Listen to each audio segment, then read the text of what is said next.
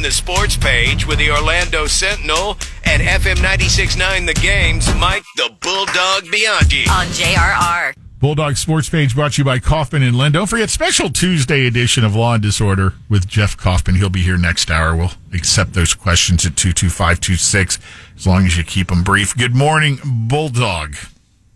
Good morning. Wow, what a weekend of college football. My God, ended last night with Florida State going down again to Boston College, no less. Who would have ever thought that Florida State would begin the season 0-2 with losses against ACC also-rans, Georgia Tech, in Boston College? But that's the reality. 28-13. Boston College ran over Florida State. They out-physicaled them. They out-coached them. They out-rushed them. FSU didn't even have 300 yards of offense. They ran for only 21 yards. Boston College out-rushed Florida State 263-21.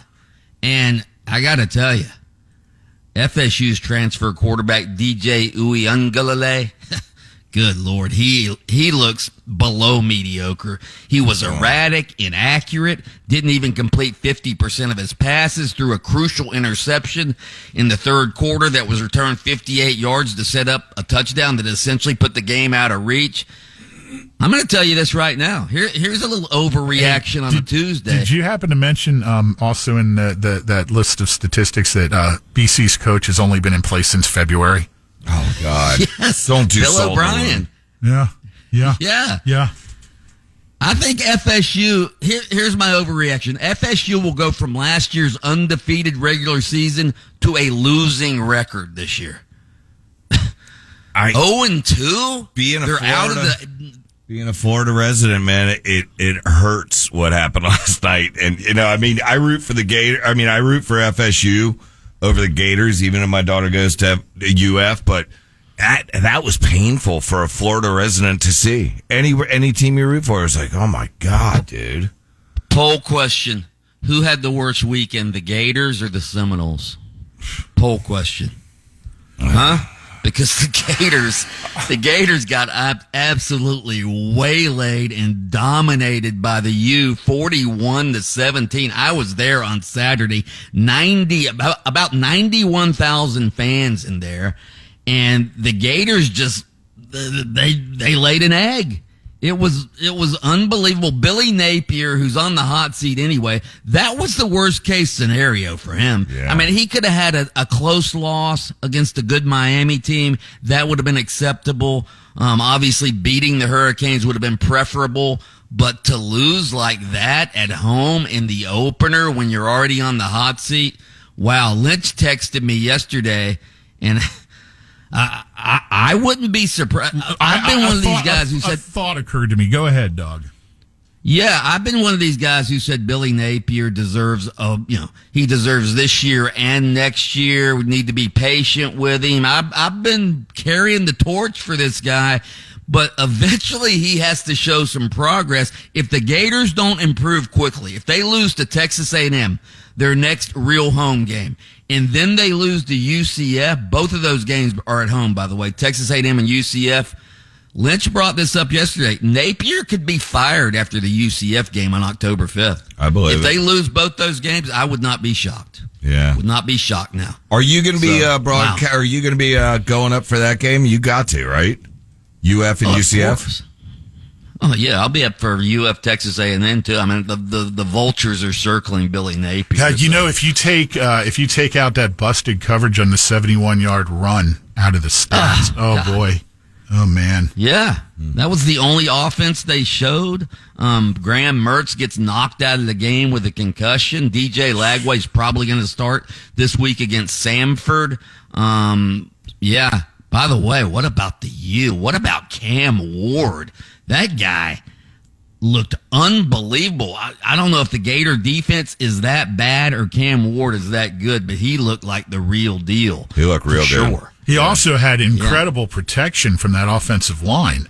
He had all day back there. Granted, he made some moves on his own, but he had great protection. Yeah. By the way, he took a little shot at the Gator fans. He goes, it wasn't that loud in there. It was louder in the Pac-12. Wow.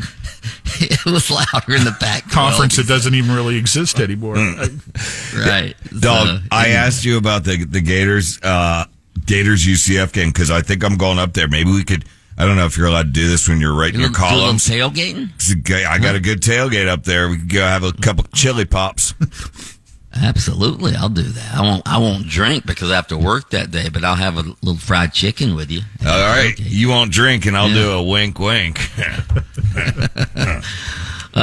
Speaking of the Gators, see what happened to former Gator Ricky Pearsall, first-round draft pick of the San Francisco 49ers, gets shot in San Francisco as he leaves like an autograph signing session.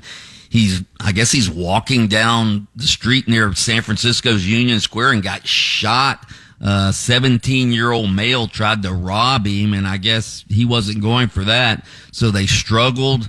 A gun went off, shot Pearsall, shot the suspect as well. He's been arrested. Looks like Pearsall's going to be okay. Luckily, according to his mom, the bullet entered his chest, exited his back without hitting any of his organs. By the way, California, in their infinite wisdom, is charging the suspect as a juvenile. Oh, yeah. Of course. Oh, jeez. As a juvenile. 17 years old. Right. Okay. He saw the Rolex and went for the guy. That's just, what a joke. Real quick, other college football from the weekend. Did you see what Georgia did to Clemson? My God. Dabo, he's got to step into 2024, man.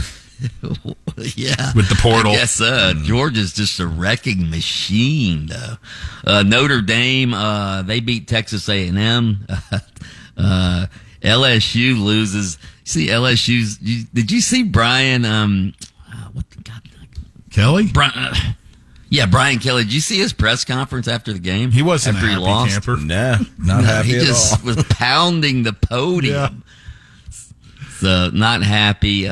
Scott Frost getting back into coaching. He's going to be a assistant coach or an analyst for the LA Rams. So he's getting into the NFL. What else we got? The Orlando City and the Orlando Pride win over the weekend.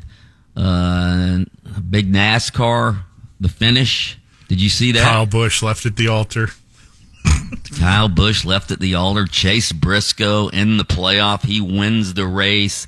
And, Stewart Haas Racing, which is essentially folding up after this season. Chase Briscoe going to have one last hurrah for Stewart Haas Racing. And how about Tyler Reddick hanging in there to win the regular season championship besides pooping and puking the entire time in the car? God, that's horrible. Yeah.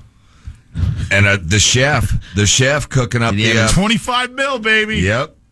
$25 million. What a season he had, by the way. He joined Tiger Woods and Vijay Singh as the only player since 2000 to win at least 7 PGA Tour events. Of course, he also won the gold medal at the Paris Olympics and got arrested this year as well. All right. Are we doing an F1 checkup? We really don't have time for the F1 desk here. It was Leclerc or something like that. Leclerc. I don't know what it is. Charles Leclerc! For the Italian Grand Prix, yes. All right. It was I Declare. Oh, Mike the Bulldog Bianchi. Football fans, I'm sure you have a lot to say. Feel free to track down the dog over there, host an open mic on AM 740 and FM 96.9 The Game. Thanks for taking time out of your show to come in here for the sports page on JR, brought to you by Kaufman and Lind. Listen to Under Oath with attorney Jeff Kaufman every Saturday morning, 7:30 on FM 96.9 The Game. Catch extended versions on your favorite streaming platform. Lynch and Taco.